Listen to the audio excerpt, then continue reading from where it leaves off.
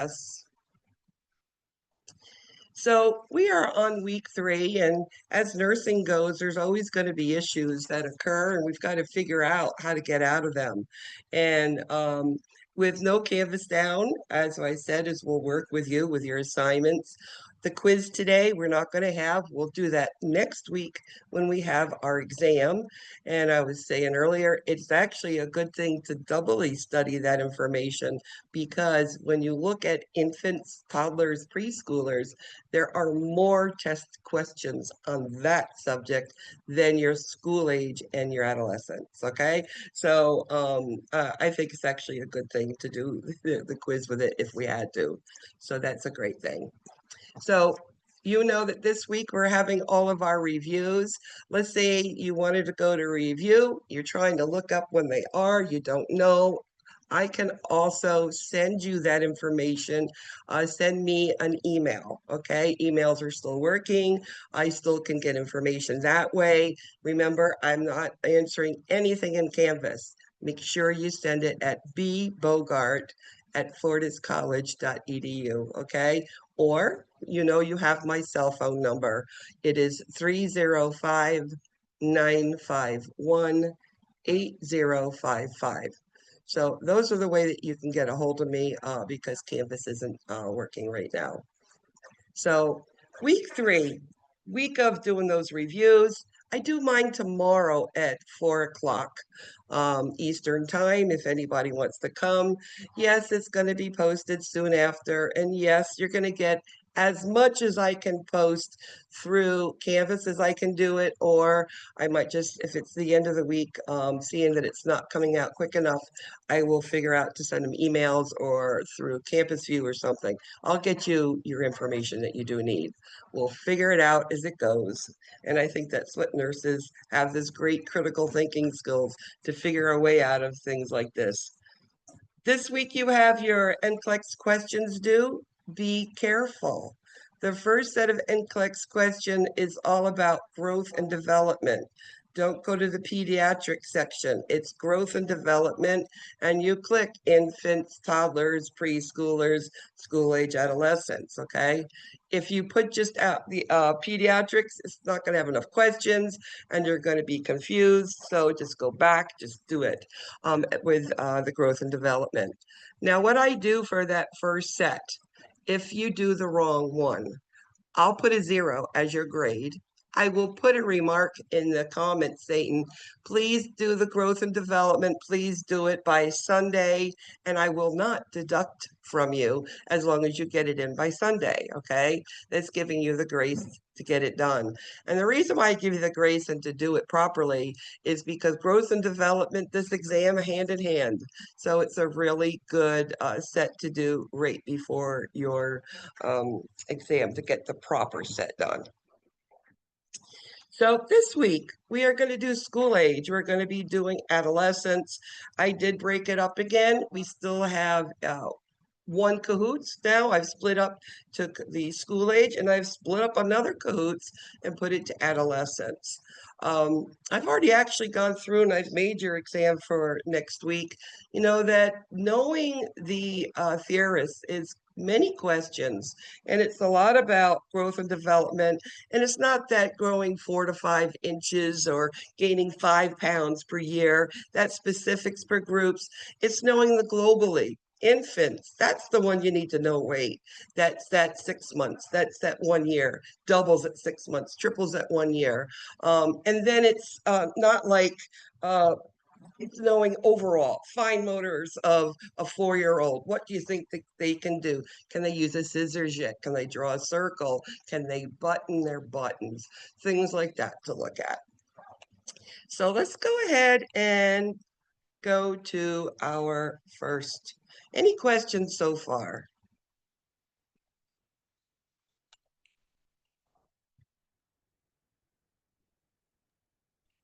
I was able to get a hold of Jonathan, so he should be joining now. He didn't have the Zoom ID. Oh, beautiful. Thank you so much. Uh-huh. Appreciate that. See, that's how we work together and take care of our own, and we should always do that. I mean, just think about nursing. Together we're better. And alone, you're not as strong. And sometimes you need extra hands in order to do what's going on. I can't tell you how many times patients crashing and burning, you need all hands on deck. So it's not about me or an I in nursing. It's all about that team and working together. I'm probably the biggest team member that you could meet. I'm always there working with no preconceived nothings. Let's get our job done.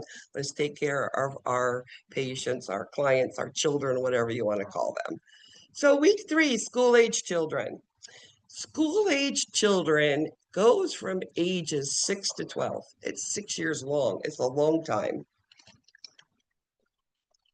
So they say school age starts with the end of all those baby teeth coming in, and now we're getting our permanent teeth start coming. That's about age 6, where we start with that permanent teeth. Now, in school age growth, all you need to know, it's slow and it's steady. It is 6 to 12 inches. 6 to 12, it's 6 years of incredible time of growth. I mean, if you look at the numbers all together, it looks like a lot, but it's still very slow, very steady.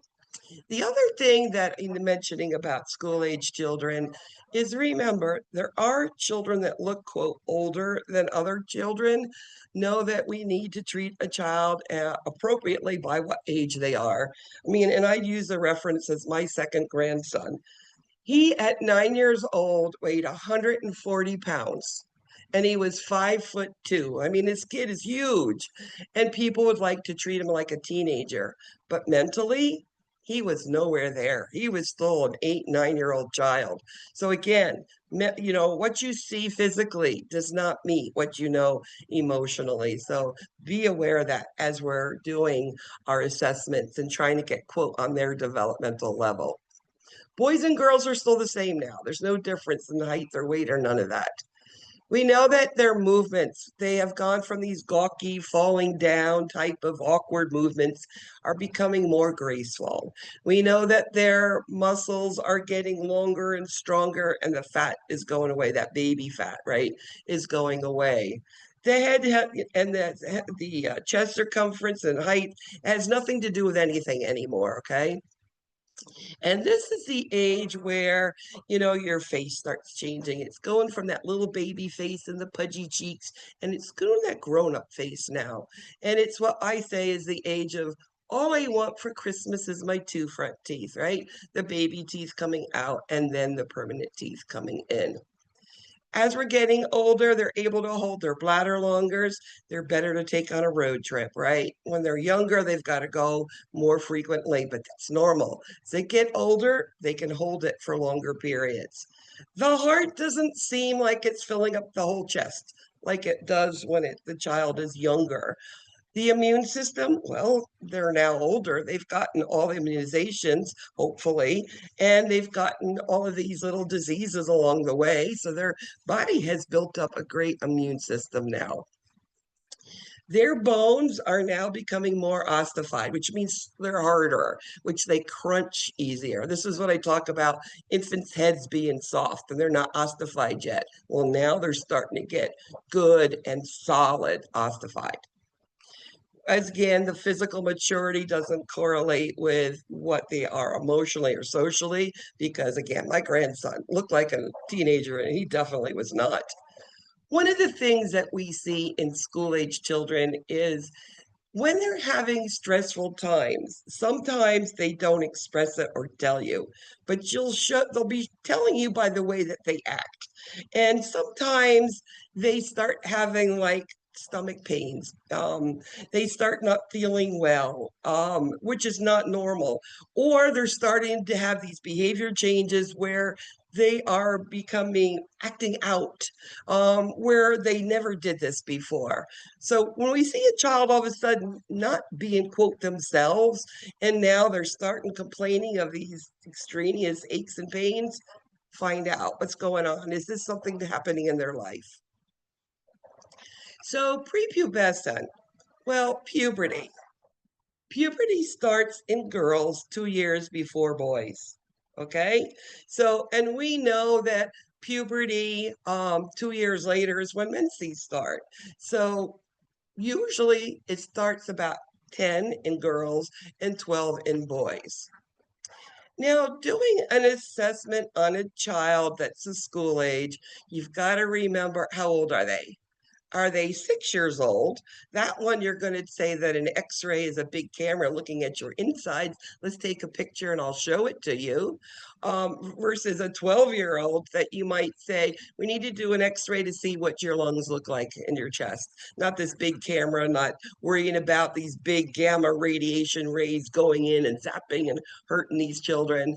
Little boys and little girls have these imaginative minds, and they see this big thing, and if you ever heard it, moving, it's a big click, click, click, like this big robotic monster. And some children think that these rays are going to come out and zap them, and they don't realize they don't feel or see anything, and they're scared. So getting on their level and explaining it in a manner can save a lot of stress on that child. With children, I always say, look at them first. They're well appearing or sick appearing. A child, when they're sick, you just look at them. When they're well, they're active, they're moving, they're talkative, they're into everything, and that's normal. So first you inspect, you look. Then you can auscultate, you listen, then you touch, pertust, and palpate, okay? Lymph nodes, again, we've discussed it before, but mention it again. Lymph nodes in children, you'll see, physicians look at the ears and then they'll always feel the neck. They're seeing if there's any lymph nodes there. If there are lymph nodes, something's wrong. Lymph nodes are the immune system. That's your white blood cells. That's your attack system. If they're swollen, something's wrong, something's infected, and then you need to find out where it is and to treat it properly. One of the assessments we do, and you learned in health assessment, was a hypoglossal nerve. And you could do this test on children, just stick their tongue out. Even little infants, you can look at them and you stick your tongue out at them. They're going to attempt to do that. You all know I've got a brand new grandson, and he's just about 5 months old right now. And the first thing I start to do with them is stick their tongue out at them, and they stick it back out me. I go, oh, your son's sticking the tongue out at me, and it becomes this joke. But they start out really early with the tongue, and it's very accurate. And then breath sounds. Now, children generally have mucus up in their nasal passages, right? Because they don't know how to blow it well enough, or they don't have the time enough to stop and blow their noses, right? So there's a difference between breath sounds and this bronchial or upper airway sounds. Now, the one thing I've always done is taken a stethoscope and listen to the neck. If I hear loud gurgling, I will tell, let's blow your nose, or take a deep breath and cough. Maybe it's some mucus up in there that's occluding the airway. And then I listen to the breath sounds and it's decreased, I know that quote look like bronchi I listened to is not. It's all upper airway mucus on children. So bronchial is upper airway, and then you listen down tracheal and down lower, then you're listening to the air move in and out of the lungs. Now, children, school age, Freud. He's all about, and we say Freud is everything about sex, but this word doesn't have a relationship to sex, latency. What you need to know about Freud and the way he feels about sex is that same sex people are friends. So girls and girls tend to be same sex. They tend to be their best friends, that tends to be their friends in general, are same sexes. So girls are with girls and boys are with boys. And it's just what Freud says at the school age period. Now, Erickson. Remember, Erickson is about how people relate to other people around them. So how would they show a sense of industry? Well, what is an industry? It's a factory. It produces a product, right? So as a school age child, there are things you do very well. You could be the best runner, or you could be the best person. You could play a piano better than anybody, or maybe you're the best at math. You have something you're good at. It gives you that sense of accomplishment, makes you feel good because you do something well. And people will say, wow, you do that really well. Who taught you to play that organ? Or, ooh, did you eat your spinach to make you so fast when you're running? I mean, these are things that Erickson want other people, right? School age want other people to make sure that they say, ooh, you're doing good, because they do those things because they need that praise. Now, the other section of it is the sense of inferiority. So you do a lot of stuff well. You can't do everything well, can you? And because those other things you cannot do well, that is a sense of inferiority. It might be other people saying, oh, you're just so slow, if you're running fast. I mean, people are fast runners and some are slow. I was a terrible slow runner, but I would run for miles and miles and miles. So keep up with me because I will go forever. But again, all children are different and they want that sense of feeling belonging. And if they can't run fast when they want to, I feel inferior. So it is what we call the industry, what I do well, my product. I do well, gives me feelings of feeling great. And then all of the other stuff I can't do well. And people say, why aren't you so fast? You're slow. I don't want you on my team. And that would be that child thing there. Now, Piaget, thinking. Remember, starts cognitive, starts with that reflex palmar grasp. Well, now we're up to school age children. Now we're able to think a little bit more organized. Let's put it that way. They could take and put all their red shirts together, all their short sleeve shirts together, all your little dolls together, all your tall stuffy toys together, all your bears together, all your shells together. You see, everything can be organized now. They're understanding that. Another thing they're understanding is something called conservation. And this word drives me crazy. I don't know why it's conservation, but if you had a tall, thin glass and a short, fat glass, and they both were 8 ounces, it wouldn't matter if the liquid is in the short, fat or the tall, skinny. Now, a preschooler would pick the tall one because it looks bigger. The school age child knows it doesn't matter. They're both the same. That's conservation. Okay. So they understand piece of clay this big or smush this big, it's the same piece of clay. That's conservation, or the classification, putting all the cards together that are all aces or all twos. I mean, it's all of those sort of OCD, I call them, because I'm the person with all the short sleeves, with all the red shirts, with all the white shirts. And that's just part of what you learn as school age. This also goes into different ways that you classify things. Is organizing them, putting them in a round, perfect circle, or mixing them up, still the same amount of coins or chips or whatever it is. So cognitive development in school age children is what we call concrete. Okay. Up to this point, you've gone through learning how to grasp a rattle after you did it by a reflex. And then you learned how to move it around, put it in your mouth, throw it on the floor. Mommy will come get it. I've been playing and my arms up and toys and all of this stuff now, right? Well, now a child is in a concrete operational stage. Concrete, you've had to see it, touch it, feel it, know it in order to replicate it. So when they are understanding about the sodas back and forth, they've seen it before. They know it before. They're starting to know that what they already know, they can replicate. But if they've not seen it, this is your adolescence. I say the adolescents can fight their way out of a paper bag in order to get what they want.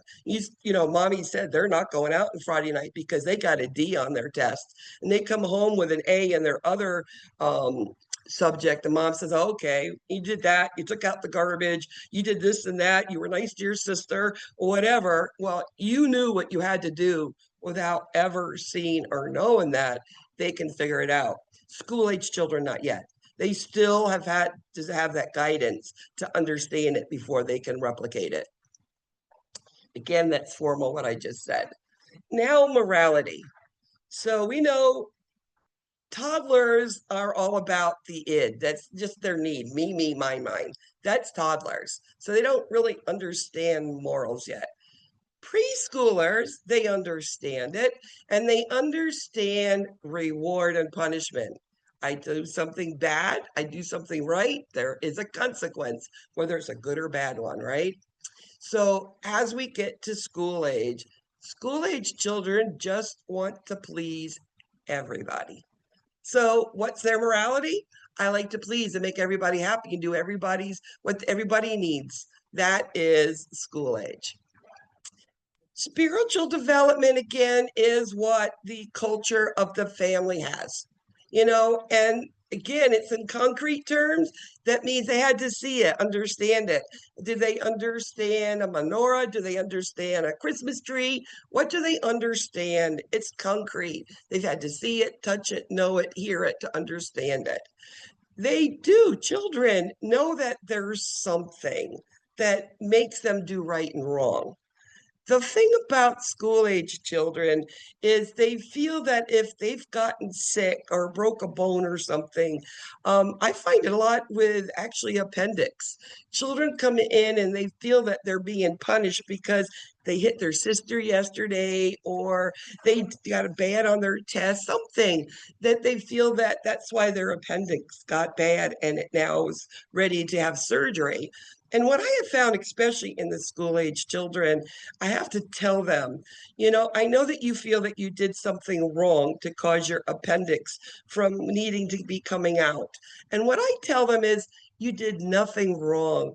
It's a piece of tissue that sometimes just doesn't want to be there anymore. So we'll get it out because they believe God is punishing them. So you have to take that stress off of them because they feel like, number one, they're being punished. And the second thing is we're cutting into their insides and they think their insides is going to come out and it's going to go away and they're going to die. This is school age children, like prior to an appendectomy. And I would always sit with them, hold their hand and tell them they're not being punished. And number two, I'll tell the surgeon to put an extra stitch so nothing comes out of your insides. And you would believe that some of these children, you can watch their shoulders and they just relax and they give you a hug. Believe it or not, this is high priority for school age children. So we know that peers are very important. Same-sex peers, really, really important for school-age children. We know same-sex peers influence every aspect, whether it's after-school activities. Are you going to be in the drama club? Or are you going to be in the computer program club? Or are you going to be in the soccer team? What are you? Well, many times the same-sex peer will influence where you go. Not uncommon because they want to be accepted by their same-sex peers, right? We know social relationships and stuff are important, but we also have to be careful with them. We know that those formalized groups can have these levels of hierarchy, and that can have some bullying to go on with it. So again, parents really need to be there to help. And again, this might be another person, another adult besides teachers and the Sunday school teacher or whoever else is involved, but it's somebody else who's influencing your child. So knowing who that person is that you're sending them to. Another thing that's talking about children in school age and parents, many times parents want to be a friend. This is not the time yet. It's later adolescence, after they get through that initial, um, confusion about authority in the very beginning of adolescence. But adults should be the authority. They should be the one that sets the rules as much as it's hard it is for a parent, and they shouldn't be their friends. Now, play. We talked about play at every age. Talk about play until you're elderly and adults. I mean, my 92-year-old mom, my husband's mother, sits there on her phone and plays a game, playing games at 92 still. But again, it helps with mental, doesn't it? It's got rules and it's got rituals. What is life? Life is about rules and rituals. It's about going to work, knowing what you have to do, getting it done, understanding what the method and how to get there. We learn that as children by playing games and following instructions, don't we? We do it with team play or by yourself. And we know if we do well at a game, we know that does help our ego and feeling good. Because again, we're pleasers. We want to feel good. So, looking at self concept, school age children are starting to be aware of what they're good at. Whether that fast runner, that's Christian, my last grandson that you heard me talking about like crazy. Christian is a fast runner, a little fast sports dude. And he's extremely good at math. And he's starting to know that. He also knows by the clothes he wears if he looks cool or not. He says, Nana, no, I need to look cool. And that's part of school age now. As younger kids, they're whatever we put them in, children would wear. They know that it's not just parents, it's that school parents, the security guard at school. It's those significant adults there. Every one of those are going to be influential in that child. Again, it's encouraging, it's positivity, and making sure to keep them, with their self-confidence, making them feel good about themselves. Their image, we know that children are all about the color of their hair and the color of their eyes. You have blonde hair, curly hair, blue eyes. It seems to be a thing. They're also starting to see children who have to wear maybe glasses or hearing aids or braces. They're starting to know that children are different and are wearing them. As a child just entering school, we've come up through the preschoolers now, haven't we? We've come up and we know that preschoolers is now more intense, now into regular kindergarten. And we know there's a longer periods of time that's going to be at school.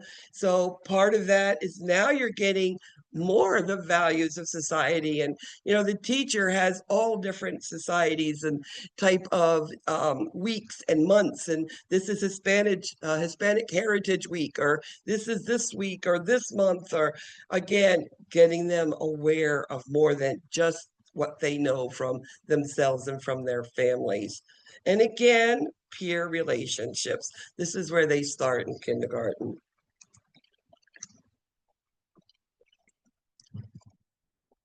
So nutrition, nutrition, nutrition. Nutrition is really important. Again, this is very slow, steady growth. We know that this is the time to teach our school age children. This is a time where we could take a child who might start becoming a little overweight, almost obese, and be able to change their eating habits. There are different programs out there. I know there are ones about Dare to Keep Kids Off of Drugs. It was a big program I know my children went to. There's also this fast food that My Plate on the internet where children go in and figure out what they're eating. But they have found that if we can take that possible overweight school age child, teach them proper nutrition as a school age children, and get their weight to be more manageable, we're going to decrease the incidences of things like heart disease and type 2 diabetes, aren't we? Because now you're not going to be that overweight child becoming that overweight adolescent. And this is that age. The one thing about nutrition, and I'll tell you, it doesn't matter how old the child is. How do we first evaluate a child's nutritional status? We figure out, what are they eating, right? Nutrition is what you eat. First place to start is always What did you eat yesterday? Or maintain a food diary. These are questions that you will see. How do you evaluate a diet on a child? Well, it's always doing that food diary. And then younger children, are they cognitively doing the things they should be doing? Are they rolling over by 6 months? Are they attempting to walk by 1 year? A school age child, they should be able to be completely mobile. Are they cognitively aware enough to learn? All of these things we'll be looking at. So obesity in children, as I said, it's quite significant today. I think a lot of it has to do with fast food. I think a lot, knowing I was a single parent at the time, and my children were that good old, going to late school age and early adolescence. I was alone in that situation, single parent. It's easy to do drive-through fast food. Working full time, maintaining a house, a family, and they got to eat. You can't always cook. So high calorie, high fat is going to put on weight. Also, what are children interested in today? Good old iPads, right? Good old computer games. Oh, give me my cell phone. I mean, 10 years old now. I need my own phone. I mean, this is, they're not going outside. They're not playing, not riding their bikes, not like they used to. Um, and there's many reasons for it. Well, number one is that availability to be and doing something inside that interests them. And everybody's interested in computer games today. But also a lot has to do with the community outside. Is it a place where there's violence or it's an unsafe place to go? And that is a big thing. As I said, children that are overweight, they're going to have increased risk for things like hypertension, diabetes, high cholesterol. It's what we call cardiometabolic changes because they are overweight. And we know, like I have said, school age children are the first ones to teach. They're the first one that can understand and relate. And this is the one, if we teach them, we can prevent obesity and diabetes in the future on these children. So when should education about diabetes start and obesity? Should start when mommy's pregnant with a baby, right? Nutrition should be consistent and well from the moment the mother gets pregnant, all up through the infancy and all the way through childhood. Absolutely. We know that obesity hits all ethnic groups. It's not just one. We're all having our issues with obesity. It's just part of human, okay? And we know one of the things that we have seen school age children that parents have made them finish their foods. Like you can't get up till you finish all your food. These are children that become adults that have heard this their whole life. You can't leave till you finish your food. These people will become adults, grown adults that continue to eat their food, and now they're becoming obese because they have always finished their plate and it becomes a problem. Could you imagine that? And it is true, it could happen. Sleep. Now, school age children should be getting 9-11 hours. At the beginning of school age, it's harder to put them to bed. But as they get older, they realize, I got to go to bed. I'm tired. I'm waking up early. So usually it's later on. They really don't care about bedtime. They're going to go when they need to. Sports, groups of those things. Again, you got to worry about that bullying. And also remember, when you are in a sporting environment, you know, or is this child emotionally ready, emotionally mature enough to handle, other people screaming and yelling, hey, you missed that ball, you whatever, whatever. I mean, all of these things go on in these sort of games. Can they handle that? Or are you going to be there to help that child? So that's the concern there. We know kids love to win, right? That competition. I know my grandson, he loved it when he win. And I'm like, no, I'm going to win. He's, no, I'm going to win. And, it's just part of what they like. And they just know that. And again, we know there's all sorts of use with too much cell phones and time with media, Instagram and Snapchat and whatever else is out there now. I don't even know what's all out there. And then dental health. What did I tell you about the teeth in school age? All of their baby teeth are in by the time they reach 6. And now the permanent teeth are starting to come in. So you're losing teeth, a whole set of teeth, when you are a school age child. So losing teeth is a sign of poor dental care? No, because losing teeth is what we expect. How do you get bad teeth with school age children? Well, they say is that you don't brush your teeth and to use dental flossing. The thing about flossing, though, is they say that younger kids under age 6 don't have that manual dexterity to really floss their teeth well. So again, parents should assist it with them and know that you can get dental caries when they don't brush your teeth properly, and that causes pain. Of course it does. So losing teeth is not a sign of poor dental care, and we know that dental caries can cause pain. And again, they should be going to the dentist 6 months with just a toothbrush, no toothpaste to start with, fluoride. Another thing we talk about is losing a tooth. Usually children like to lose either the top right or left tooth, doesn't matter. They, I've seen it a couple different ways. Getting up out of the pool, coming down, hitting the side, smashing the mouth, and the tooth flies off, the whole tooth. And the parent has a whole tooth in their hand, and the whole front tooth is missing.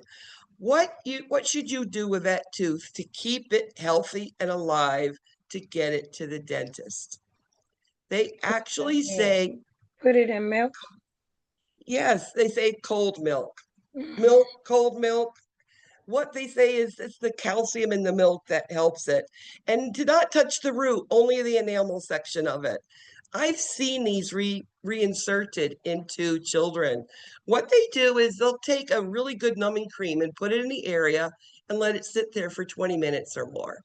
And then they'll take, and we call the dentist in, from on call. They'll come into the ER where I was working, and they have the tooth, they'll prep it up, clean it off, rinse it off, and they just take and push it in there and hold it up there.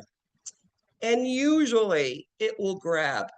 Hopefully, if it was a permanent tooth, it adheres, or else there's going to be a big dentist bill to get a post and all that stuff in. If it's a baby tooth, if it doesn't adhere, it's not as big of a deal. If it's a permanent teeth, it is. Usually, once it's put in, they'll say follow up the next day or 2 days at the dental office, and to eat very soft food, like no apples and no, hard food while we're waiting for it to reattach in there. Sex education is important. We know that they're already active and touching themselves and figuring out the differences between boys and girls. We know sex play is all normal stuff that goes on. But again, we need to have them with good education. Hopefully, it's good education with the parents. And if not effective with parents, remember there's always a school nurse that can assist with those parents who can't or unable to. They just don't know how to do it. That's a good person to go to, the school nurse. So if we are in a position that we're being asked about sex, sexuality, birth control, all of those things, we need to talk sex like it's just a normal part of growth and development, and answering questions as they ask, always finding out what does that child know before you start answering questions. And if they are, it gets up to where sex and education, more of the adolescence than teaching a school age child. But if we are asked about birth control, we can give information about birth control, written and oral, only information, not our opinions. If they are asking, we can do that. Encouraging open communication with parents, or at least maybe if not, that the school nurse is another one. The school nurse had a big thing that went on during COVID. All of a sudden, schools were closed, and now the school nurse was the number one person between the school and CDC and keeping children and teachers and everybody safe, right? So that's part of what they do. I've also seen a lot of education that they do, sex education, dental education, all sorts of stuff, safety things, tips, etc. Another thing I've seen them do is follow up if there was a bacterial meningitis. If we get a positive bacterial meningitis, we have to notify the school, because the school, who was that child around? And bacterial meningitis is spread, it's all airborne, okay? So we send it to the school nurse, and the school nurse then sends out flyers to keep the children who could have been exposed safe. Usually it's one antibiotic, one pill as a prophylactic. Injuries in school age children. Well, again, most common going to be motor vehicle, any age child, right? We know that the most of all motor vehicle, pedestrian, passenger, those are your school, your preschool children. Preschooler are the worst because they don't have a mind to think yet. School age children, again, they are more active, and yes, they're going to have injuries, but not as much as the preschool. Again, that child that's having stress, that stressful person exhibiting things like acting wrong, maybe they're doing activities and not thinking, and they're hurting themselves where normally they know to put the helmet on or the knee pads on and they're not. Or this is the one that maybe is getting that abdominal pain, right? Starting these sort of physical illnesses due to stress. Always think of that family environment. Something's going on, something's different.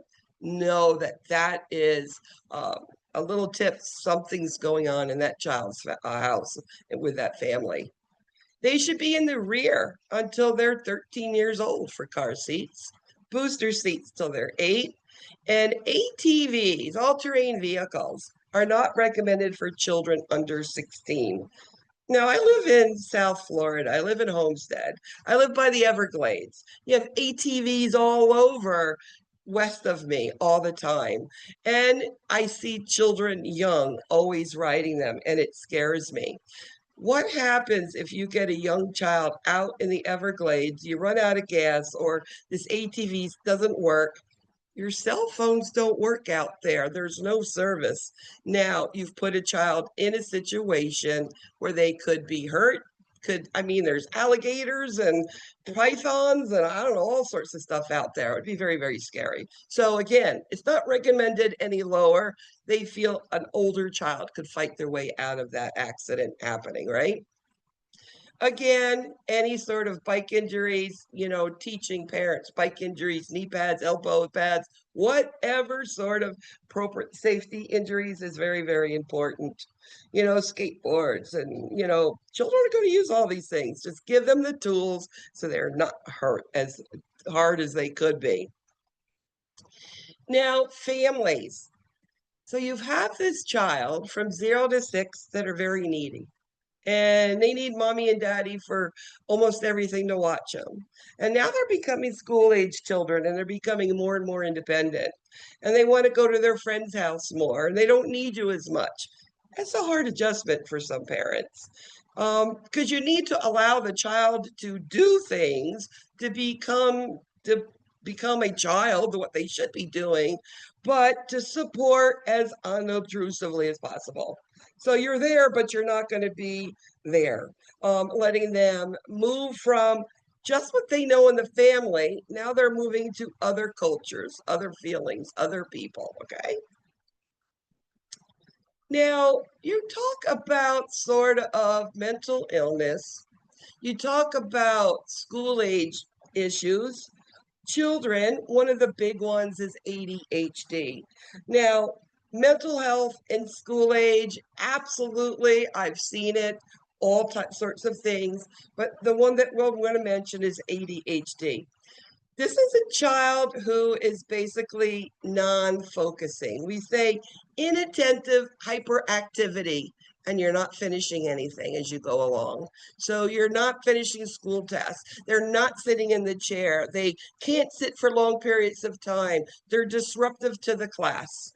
This is a child that will be sent down to the nurse eventually when nothing they're doing is helping keeping that child on track and keeping them focused.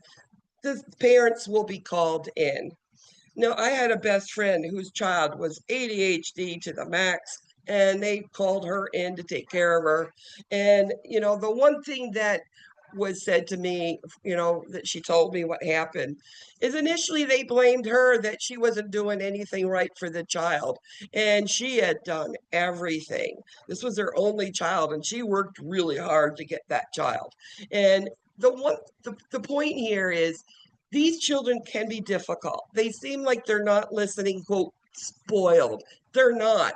Their minds just are working like that, and they need to learn how to slow down and focus. They need a plan of care to help them. Never assume the parents are not doing anything. So, what is the point here? Let the parents first tell you what's going on with that child. Then you can make a plan. They might have already taken away every electronic device, taken away TV, and taken away and taken away. So, again, talking with the parents and together making a goal. That's the way it works the best. Enuresis. Enuresis is bedtime wetting. I mean, it also could be during the day, which is called diurnal wetting, but bedtime wetting is a thing that can happen. It could be something that they're potty trained and never happens again, or they're never potty trained and they urinate consistently for years at nighttime. And then there's a child that all of a sudden starts to urinate. And that's the one actually that you need to be the most concerned about. So, primary, they've never had control. Secondary, they've had it. So, what could be a problem? It could be a urinary tract infection. It could be diabetes mellitus, right? That's one of the symptoms is polyuria. What about diabetes insipidus? One of those symptoms is polyuria. So again, finding out what's going on with the child and then, investigating. There are medications, all sorts of treatment we can do, but we've got to figure out what was the cause for it. And coparesis. This is when you get this little bit of diarrhea around a hard stool that just happens to pass out of the rectum, okay? Sometimes children are constipated. And there is this stool strip that we look at. They want a stool to be soft and runny all the time. The one thing that they say about children is that the one thing they can control is their stool. And some of them will control their stool in order to get some sort of attention to them. Some attention is better than no attention type thing. And it could be due to an emotional problem is what my point here is. So what would you do for a child that we're seeing here? Well, we don't believe in giving laxatives all the time. We don't believe in giving enemas all the time. A one-time dose, fine, but not a repeated all the time thing. So first of all, let's rule out structural, anything that's going on. Find out, is it diet? Maybe the child's not eating enough roughage, enough fluid, etc. Or is it that behavioral thing going on? Again, it's part of it. Know that children are like that. So a child has an avulsed, knocked out tooth. The parents are reluctant to try to reimplant the tooth. Where should the tooth be placed for transplant? To the dentist or to an ER, pediatric ER? A. In cold milk. Yes, it is. All right, we're going to do our cahoots. Any questions on this so far?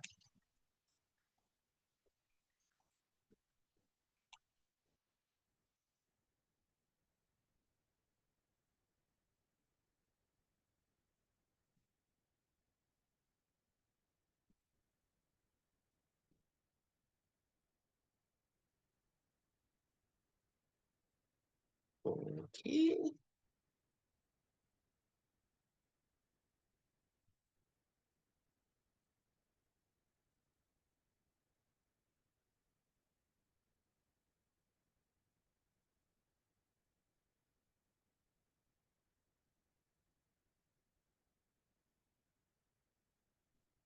One second.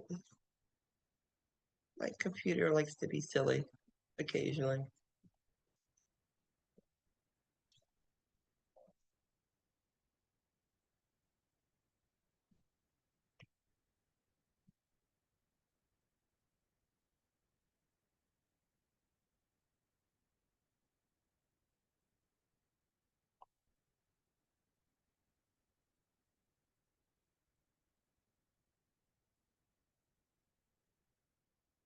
All right, finally.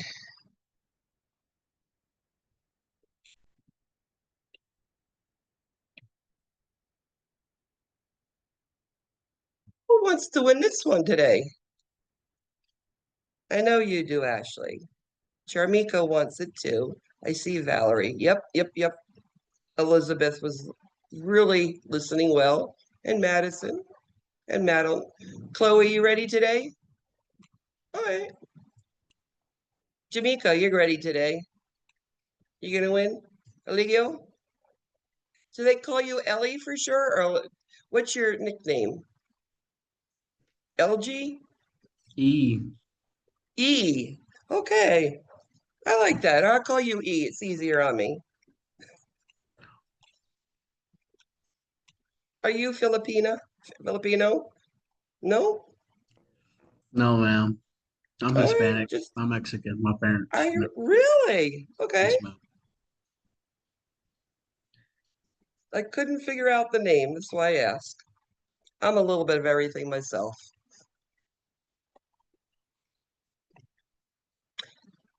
All right, let's get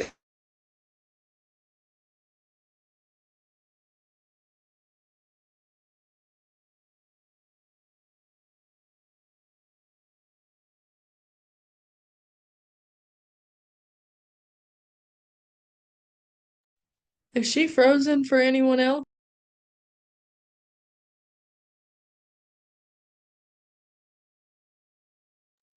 Yeah, she froze for me too. Definitely froze. Yeah, it looks like the Kahoots having issues too. Yeah, it's definitely having issues. This I love how school everybody happened. just immediately got the app on their Oh, phone. there I go. I just had to close it out. I wonder, she said that the Zoom was tied in with all the Amazon stuff. I wonder if Mhm. this is it crashing. What's the game thing? Maybe.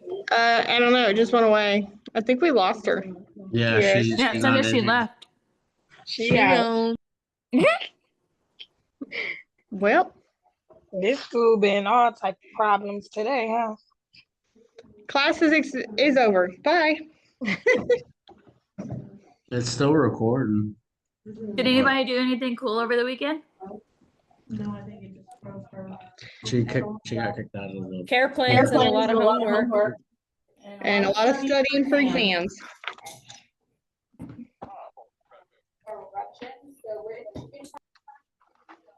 Our teacher just got kicked out, like it just took her out. Yep. And took off her cahoots. No, let's go to the rec. I'm not even muted. I'll deal with my life. I took my son to go see Jelly Roll this weekend, and we got to see Shabuzi, That's cool. and they took my son on stage. Oh, that's awesome. I was like, oh my God. Me and Madison's face was Y'all just Put him on dropped. stage. Got a picture of him on stage with him. I watched Tennessee get smacked. That was about all I did. Oh no.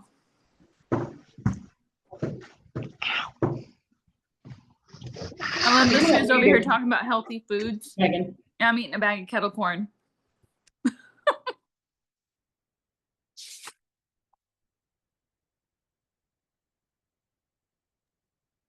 Did anybody save her number to text her? Yeah, let me call her.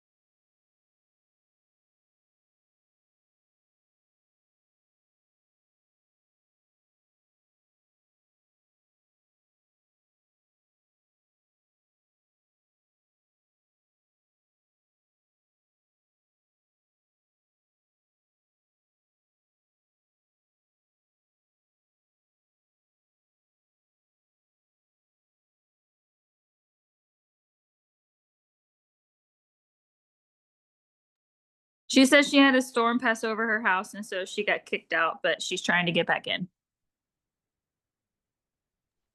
It mentioned that Brittany was now the host, and I know that she has her Zoom set up where, like, if you come in late, she has to approve you to enter her class. So, like, do we all need to, like, log out and, like, what do we do? I have no idea. We should be able to stay in. She should be able to log in with the password as the host, and if not, it'll just ask. Wait, it says Brittany that to let she's her in. connecting. It say she the host. She coming back. I feel like we should Woo! cheer. Yay! Woo! Big storm outside, thunder, lightning. I apologize. It's nothing I can do. All right. Thank you guys for being here. Let's just go ahead and let's start from there. Now we're gonna start cahoots over. No, you don't. We start right where we were. How's that? Oh, it kicked us out. It kicked us Yeah, it out. kicked all of us out. None of us are on Okay, all right, let's start it again. It's okay. See, this is what we call being a nurse, figuring things out and making it work, right? Good job, guys. Really, really proud of you, and thank you for calling. All right, let me get a new cahoots up.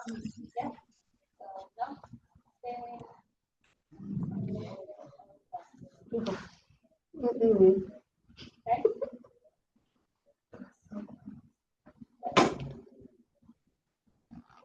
Tori, you are winning this thing. I have you, and I I got like 3 wrong in a row.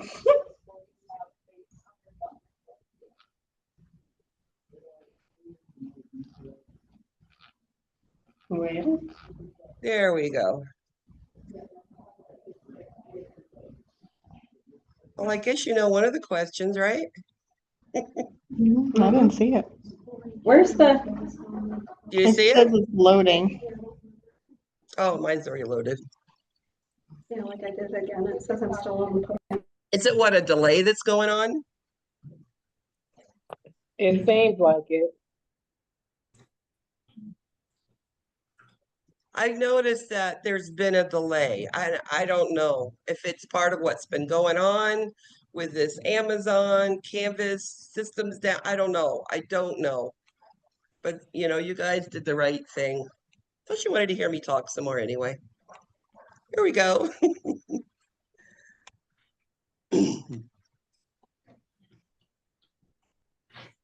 And let's one more time.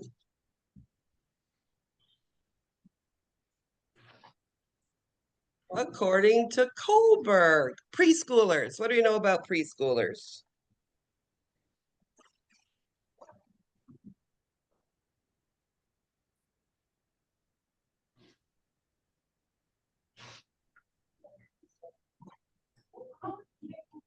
So remember, toddlers do not have any morality. They're in the it, okay? They're me, I do it, right? We get to preschoolers. It's good or bad consequence for each. That's reward and punishment. And who's trying to please everyone, Kohlberg? School age children. In which stage, Erickson stages, do children begin to understand conservation?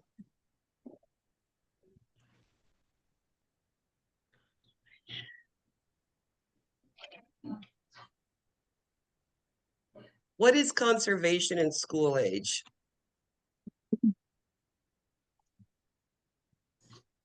Sensory motor is your infants, pre-operational are your toddler and your preschoolers. Concrete operation, you've seen it, touch it, feel it, I can do it, that's school age. And then formal, they can figure it out, that's adolescence.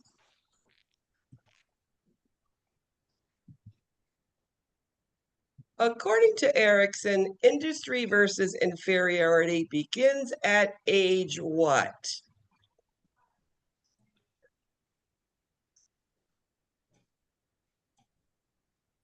You need to know what the names are and the ages are, and then you could figure so much of this out. You know, what is an industry? Industry, as I said, you know it, you've seen it, and I can replicate it. And that is all of school age. As simple as that. A multi. Ericsson industry versus inferiority. I think this is one you need to know. It's replicating and replicating here, isn't it? And I'm telling you from different ways of looking at it.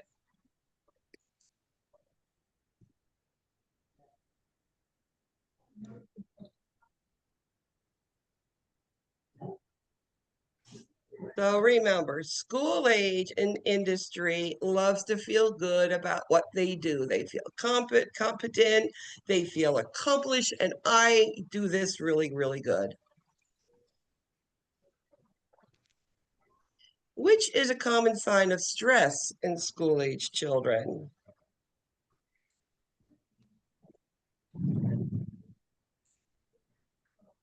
I hear some big thunderers in the background. So if I get lost, I'm telling you already, I will be back.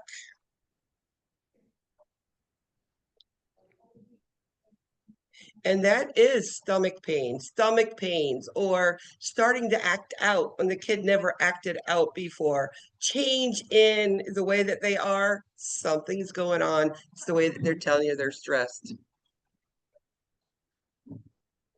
A multi. What are signs of stress in school age children that need to be investigated?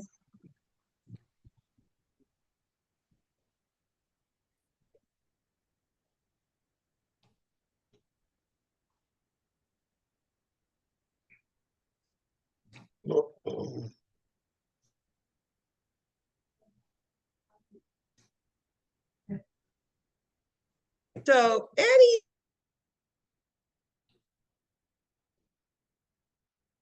She's going out. Yep, she said that it's a storm. showing you. And of course, regress into early behavior, like all of a sudden they're sucking their thumb where they didn't suck their thumb before. Those are things that you would see.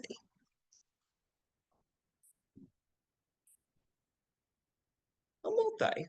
Safety education for the school age child might include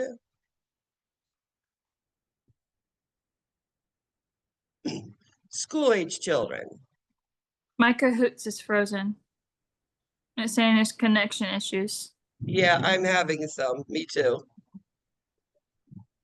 And I'm hearing it in the background, just letting you know. If anything, know that I do have this recorded on my YouTube channel. You will have the full lecture there in case of anything, okay? It's just not in this format. So school age children's safety, bicycles, water, motor vehicle, and yes, you're going to mention the firearm safety because they should not be touching it. And remember, this is up to age 12, which is that beginning of being concerned about touching those guns and feeling like a big boy or girl, right? Dental care typically begins about what age? Dental care.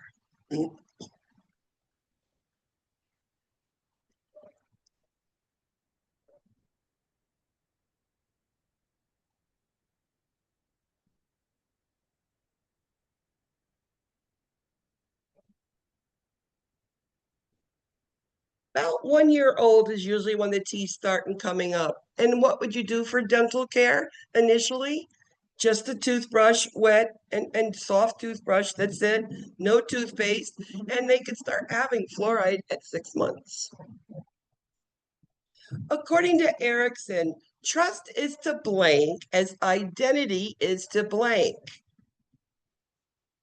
You need to know what they are.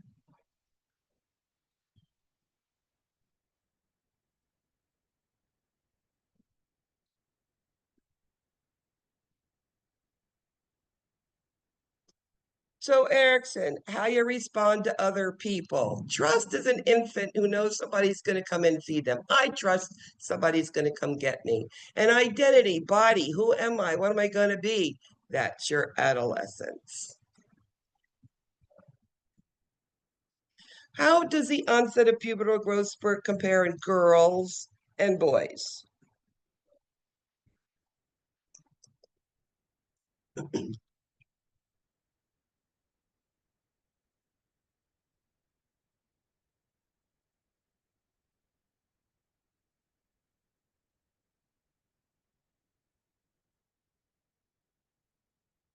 Remember, in girls, it's 2 years before boys. It's usually ages 10 to 12. That's that time that they give it.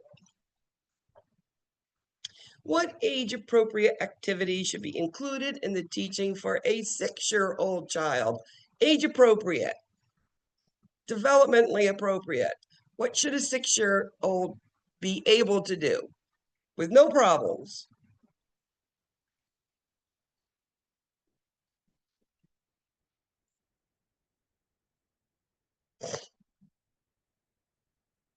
So they should be able to jump a rope by that time.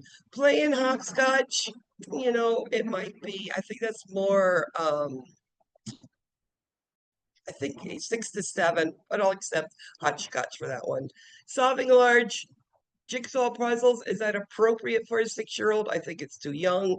And again, joining competitive sports, it's a little bit young yet to put a 6-year-old in competitive sports, because emotionally, can they handle what's going on with not doing well or striking out or, not hitting the ball or running as fast? That stuff in competitive sports, and that it's something that needs someone there to help them. Emotionally, can they handle it? How is chickenpox spread?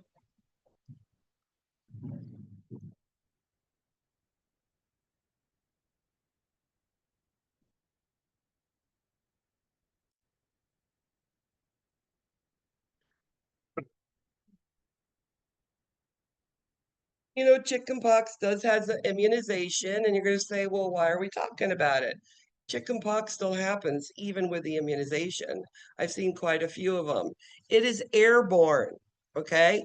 So then I'll tell you, so you get a child that comes into the emergency room with a little fever, with a rash all over the place, maculas and papules at all different stages of healing. You're immediately going to put yourself in a mask, an N95 mask, because it's airborne. And you're going to take that child and get them into a reverse airflow room so that we're not spreading that airborne chickenpox to everybody. Okay? And then I'll ask you, how do you know you can send your child back to school after they've had chickenpox? And the answer is when all of the lesions are crusted over and there's no new ones. That's the answer, crusted over. A multi. At what point is the child with chickenpox not considered contagious?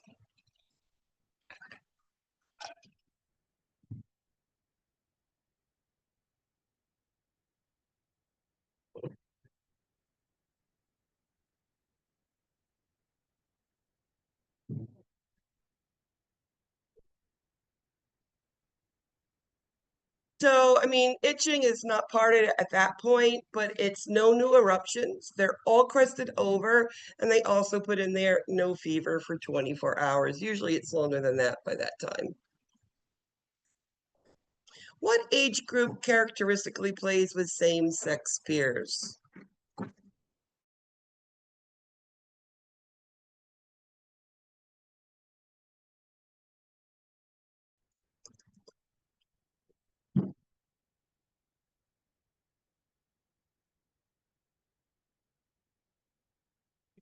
So Freud says school-age children, it's the same sex peers, and that is ages 6 to 12. Culturally competent care includes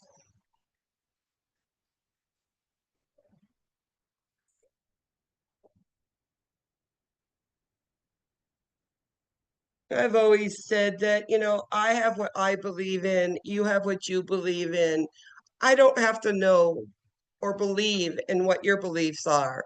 I only need to know what I know. But if I have a client, a patient, a mother, a father that want to do something that it's in their religious realms that does have nothing to do or affects my medical care, I am going to let them incorporate that into their care, whether it's prayer sessions or whatever, as long as it doesn't interfere with medical care. I've done some crazy things doing that, but again, It's letting them do what they feel is best. They feel better. True or false? Flossing daily is recommended for good health, good dental health. And then remember, dental health and flossing, that younger children under the age of 6 have an issue because they don't have that dexterity to do it well. So you just need to guide them. A 6-year-old needs to get a chest x-ray. What explanation is best?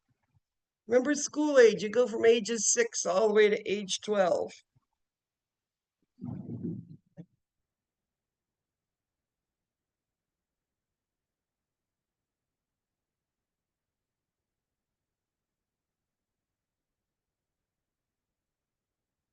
So we're going to take a big picture and we're going to look inside of you. Again, children get scared with that big machine that sounds like this robot. I've seen some kids just run out of the room. It's better to prepare them before they get there about the noise and what it looks like, and that it's a lot of fun and it doesn't hurt them and it's not going to zap them. Care for a knocked out tooth.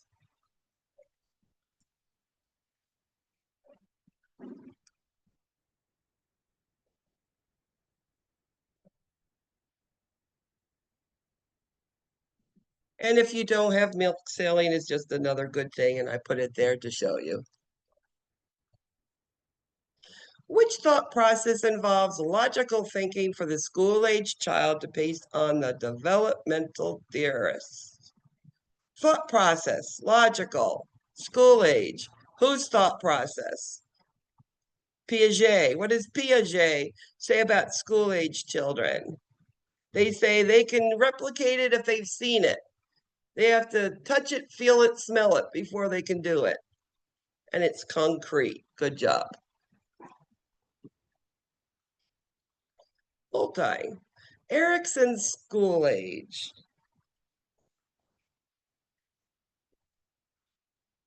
Is put it all in one big cahoot, right?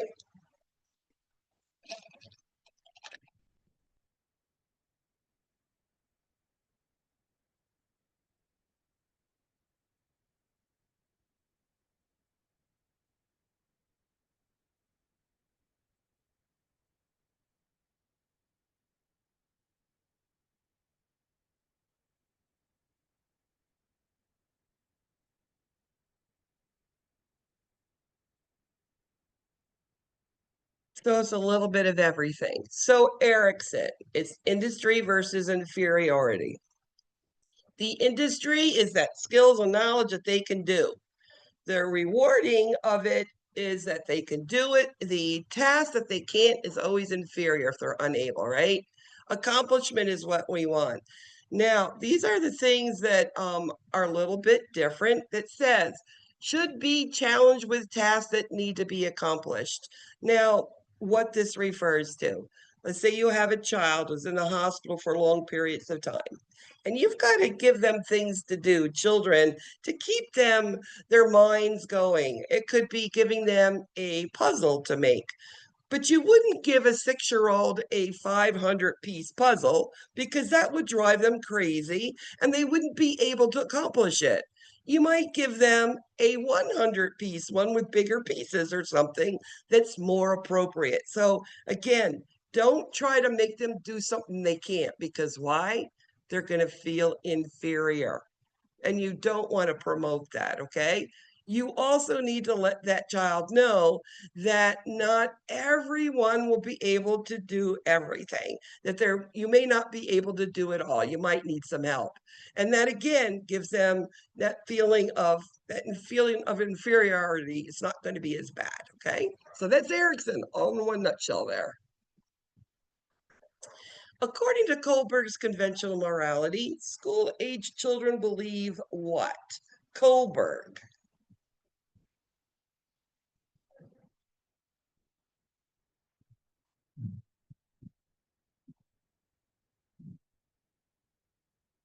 So we know Kohlberg, school age, they want to please. That's the bottom line of Kohlberg, isn't it? So following the rules is the right thing to do. It's not reward and punishment. Okay, that's your preschoolers. Reward, punishment. Anorexia nervosa. I didn't mention this. This could be in school age. This could be in, adolescence. But what is this?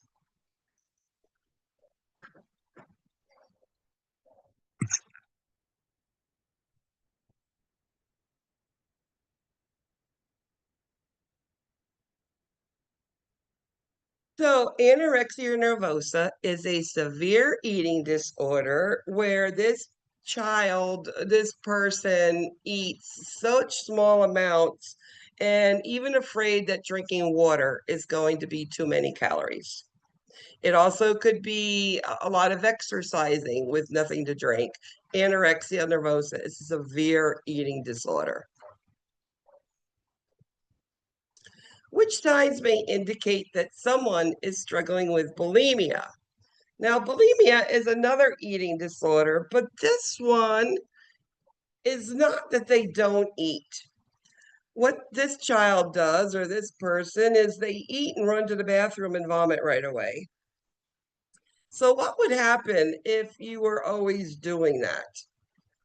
You are going to have a child that has a sore throat and go away because they're always vomiting, sticking their fingers down their throat to vomit. They're always in the bathroom. And then this is the difference between anorexia and bulimia. The teeth are going to rot on bulimics because the gastric acid vomiting, it rots the teeth. That's what you would see, the difference. Which of the following could be a sign of potential child abuse or neglect?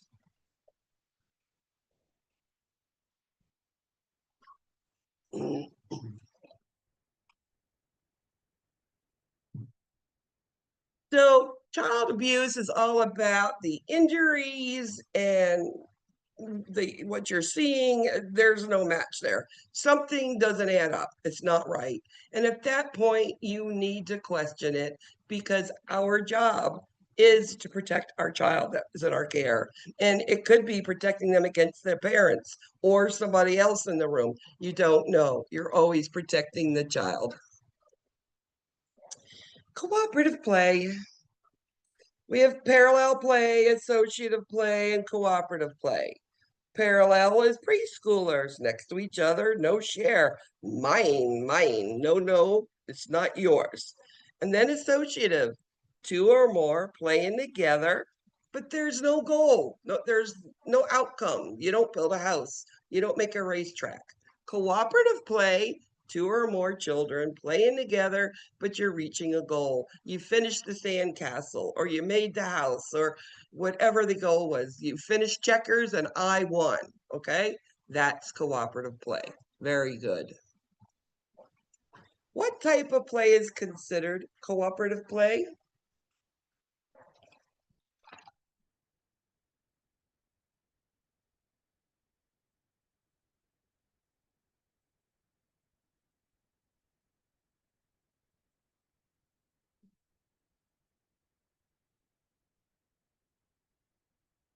And one of the things, cooperative play, checkers. Any board game, there's somebody wins. That's always going to be cooperative play. Last question. What two common signs and symptoms can be found in a child with ADHD?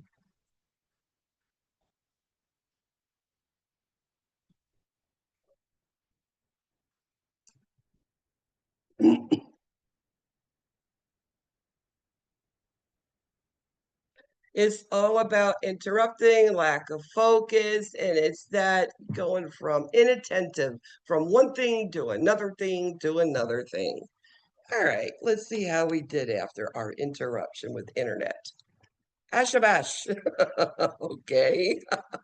Lizzie and Brittany. Good job, Brittany. Number 4, Kevin B. And I always will call it a vital signs. All right. What we're going to do now is going to do the adolescent. Hold on.